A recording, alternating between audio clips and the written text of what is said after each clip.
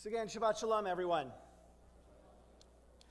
In this week's Torah reading, Parshat Shmot, from the book of Exodus, we have in chapter 2 what has often been described and read as Moses' resume and his job application for leader of the Jewish people.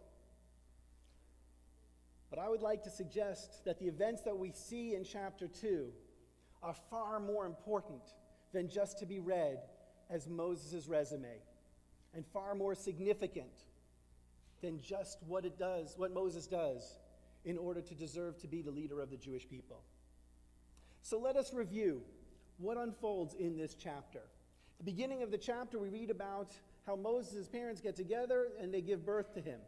We read about how they hide him after 3 months in a basket, how Pharaoh's daughter will be by the Nile and will draw him out of the Nile, and will give him over to a Hebrew woman, not knowing it was his mother, to nurse, and will bring him into Pharaoh's home. And then we'll read that Moses will grow up, and that Moses, and here the Torah and the language is very important, that Moses will go out, and oftentimes we will say he goes out amongst the people. But the Hebrew word actually isn't people, it's echav. He will go out amongst his brethren, literally, or more generally, his kinsfolk. He'll go out among his kinsfolk and he'll see their suffering. And from that point in time, 3 things will happen pretty quickly in the chapter. He will see an Egyptian beating up a Hebrew, and he will look around, and he will slay that Egyptian and hide him. And then the next day he's going to go out and he's going to see 2 Hebrews arguing with one another. And he's going to say, "Why are you fighting with one another?" And they'll say, "Who put you over us? Are you going to kill us like you did the Egyptian?" And then he'll say, "The matter is known." And so he will flee. And he will flee to Midian. And he will go to a well. And he'll see these 7 daughters of the Midianite priest come out. And how the other shepherds chase them away. And he will, in the words of the Torah again, he will save them. He will save them and help them water their flocks. These Midianite daughters of the priest will then run back. They'll tell their father what happened. He will invite him in, and Moses will end up marrying one of them and give birth to a child which he will name Gershom, which he says means for him, "I was a stranger in a strange land." These are the events that the Torah then looks at. And many commentators say these are the events that show Moses to be a qualified leader of the Jewish people, such that in the very next chapter, God will reveal God's self in the burning bush to Moses. And what is it about these chapters, the traditional commentaries will say? They'll say, well, it shows that Moses is a man of justice. He sees the suffering of the people. He acts on behalf of them to prevent an Egyptian potentially killing an Israelite. But it's not just that he cares about. He'll even get involved when the Israelites themselves are arguing amongst one another. But it's not just that, they'll say. But he'll even get involved when it involves helping someone who is not an Israelite, helping those Midianite women. And it is his willingness to fight for those who need help that qualifies Moses as being worthy of the leadership of the Jewish people. That, I said, is one way that this chapter is classically understood. And that's why I said it reads kind of like his CV, his resume for leadership. This is why I should be leader of the Jewish people. It didn't seem like there was a lot of applicants anyway, so it was okay. However, as I said, I think seeing through a different light, these events are far more significant than just Moses and his resume. And the light that we need to see it, the context that we need to place upon it, is to go back to the very beginning of the book of Genesis. Because in Genesis, I will argue that there are 4 stages of irresponsibility that are manifest. And I will try to show to you how in each one of Moses' action, he is directly addressing those 4 stages. Let's go through the first act of irresponsibility that's manifest in the book of Genesis. Adam and Eve in the garden. Eve sees the fruit. Remember the verb, sees the fruit of the tree, thinks it looks good, takes a bite, and then she gives it to Adam. He eats of it. God will then call them on it will call them on their eating from the tree that God had told them not to eat from. And what does Adam say when confronted by God? Did you eat from this tree? He says, the woman you gave me handed me the fruit. Right? And so God goes to Eve, what did you do? And what does she say? The serpent tricked me into it. What we have here is a perfect example of two people unwilling to take upon themselves personal responsibility. Their immediate reaction is to blame someone else. And that act of personal irresponsibility on their part begins with vision, with sight. It starts with Eve seeing the apple and deciding that it looks so good that just because God said don't eat from it, she decides I can eat from it.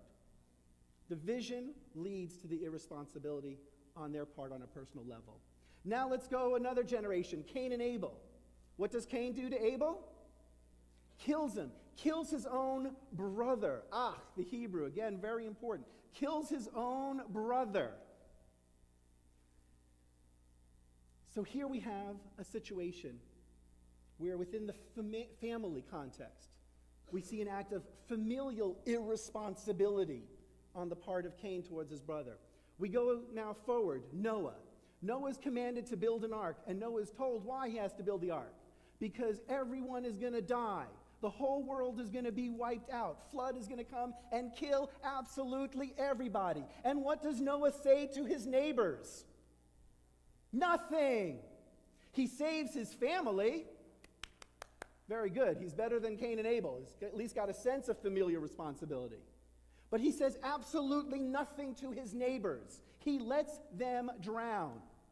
An act of communal irresponsibility. And the final act of irresponsibility, the Tower of Babel. Here God commands the people and says, listen, once again, I want you to go out. I want you to be fruitful and multiply, and I want you to spread over the earth. You're the ones who are going to be maintaining this. Spread out. And what do the people of Babel do? They don't spread out. They don't take their global responsibility. They hang together and they try to build a huge tower for themselves, thereby shirking their responsibility on a global level. And then God says, okay, let me try again. And God says, let me try with one person, with his family, with his community, and hopefully he will help bless this world. And that's Abraham. Now let's go once again through chapter 2 of the book of Exodus. Just as Eve and Adam begin their sin of personal irresponsibility by looking and being tempted by their sight, Moses goes out, v'yar b'sivlotam, he goes out and he sees the burden, he sees the suffering of the people. And what could he have done when he saw their suffering? This prince of Egypt. He could have done what so many of us have done, will do, and would have done. Turn away. It's not my problem. But he doesn't. V'yar b'sivlotam, he sees their suffering, and he realizes that their suffering is his responsibility, thereby countering what Adam and Eve did.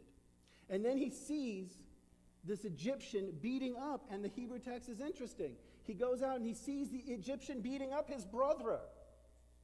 He sees him beating up his kinsman. Could he have turned away? Yes. Could he have been like Cain and just let it happen? Or let the Egyptian do it, thereby, in a sense, becoming like Cain? Yes. But he doesn't. He is the anti-Cain. And he acts on behalf of his family and steps in. And then he sees two Israelites fighting with one another. And the Torah is very clear. In the Hebrew, it's very, very clear. It's not just two Israelites fighting. That's the way we generally talk about it. But the Torah identifies one of the Israelites, one of the Hebrews, as being a rasha, as being an offender. So he intervenes where he sees one is the offender, one is guilty, and one is innocent. And when he intervenes and he says to the one who is offending, the guilty one, he doesn't say, why are you doing this? You are wrong. which would have made perfect sense since the Torah has identified this person as a rasha, as the offender. He says, why are you hitting your neighbor? Why are you hitting your re'echa, your neighbor? He is the anti-Noah. Just as Noah could not care one whit about his neighbors, Moses acts on behalf of them. And then he flees, realizing the matter is known, realizing that Pharaoh will hear that he killed an Egyptian. He flees and he goes and he, as I said, saves the daughters of Midian, thereby acting as a counter to the people who built the Tower of Babel. They were only focused on themselves, not their responsibility towards the world. They had been told what their responsibility was. They rejected it and decided to build for themselves a glorious building that would reach the very heavens. That's all they were interested in. But Moses understands that he has a global responsibility, and he acts on behalf of these people, these women, who are not even his neighbors, not even his family. He acts on their behalf. 4 stages of irresponsibility is manifest in the book of Genesis. 4 times Moses is the antidote and steps up. And just to tie it in, Moses' first son, remember, I mentioned to you, was named Gershom. I was a stranger in a strange land. Echoes what God says in Genesis chapter 15, when God says to Abraham, and your children will be strangers in a strange land. Moses is Abraham. Moses is the antidote. Chapter 2 is not just his resume. Chapter 2 is a path. It's a path not just for people who want to be leaders, but it's a path for everybody. It's a path for all of us. I was thinking about this path recently because following the unbelievably horrendous and dreadful events at Sandy Hook Elementary School, my Facebook page, comments on it were like probably many comments that many of us had, either on our Facebook, Twitter, Tumblr, email, whatever accounts you're using. All of these Facebook posts, or at least not all of them, so many of them were saying the following. They were referring to those 20 children who died and those 6 adults, and they were saying they are in a better place now. They're in heaven. They're at rest. And I got to tell you, while I understand why it is that that brings comfort to people, and I don't deny them that, for me personally, on an emotional level and a theological level, it simply didn't work. Those comments, one after another, talking about them being in a better place. So at a certain point in time, I got to say, again, while I can appreciate the comfort that it brings, I do not deny it. It really began to agitate me. It really began to irritate me. And I thought about it. And I thought about it because on an emotional level, it didn't work for me. Because quite honestly, a healthy 6-year-old child, the best place for them is not in heaven.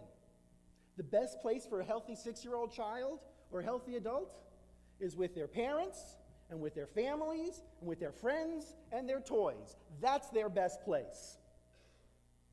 And theologically, it didn't work for me either. Because personally, at least, I just cannot accept this concept of heaven, of this place where I'm going to go, where everything will be perfect when I die. That concept just doesn't resonate for me, to be honest. And I should share with you also that in this regard, on a theological level, I stand on good Jewish ground. And let me explain why. See, in English, we use the word heaven for people to describe that place where they're going to go when they die. In Hebrew, the word would be shamayim. But that's not the word that in Jewish tradition we use for that place that we go to. Instead, it's called not shamayim, but it's called olam haba. It's called the world to come. And the difference there is profound. When we speak about heaven in our minds, what comes up is a place that we go to. When we talk about olam haba, we're not talking about a place that we go to, but rather something that will occur in time, for Olam Haba means the world to come. Our notion of heaven is not spatial, it's temporal, which is to say, there is a time to come that will be better. There is a time to come that the world will be perfected, that we will live in peace and in harmony. And then the question that we have to ask ourselves is, okay, all well and good, when does that time come? And I would like to suggest that we look once again to chapter 2 of the book of Exodus, because that's going to tell us when that time comes. If we want to lead the people to salvation, if we want to have a taste of salvation in our own lives, if we want to do what Moses did, then we must act like Moses.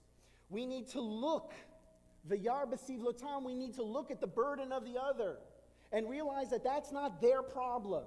Their burden is my problem. And with that looking, with that sight comes the insight that I must act. And so I move from personal responsibility to realizing that I have responsibilities to my family, that I have responsibilities to my community, and that I have responsibilities to my world. My insight compels me to act. And our challenge is we need to be able to look and look deeply. Not just see the others as extensions of ourselves, not just see others as tools for us and for our own personal gain, but to see the others and realize that to my family, to my community, and to my world, I have a responsibility to act. It is a scary and heady thought. It is overwhelming. And it is also essential. Because, at least in my mind, heaven is not a place to go because we've been good. On the contrary, my reading of Judaism is such that I believe that if we are good, we create heaven here and now. And that is our challenge. That is the challenge of the chapter that we just read in chapter 2 of the book of Exodus. That is what Judaism calls upon all of us to do. Exodus chapter 2 is not really about Moses and his resume and his worthiness of being a leader of the Jewish people. On the contrary, it shows us the resume that each and every one of us must build in order to create a better world, in order to bring Olam Haba. Shabbat Shalom, everyone.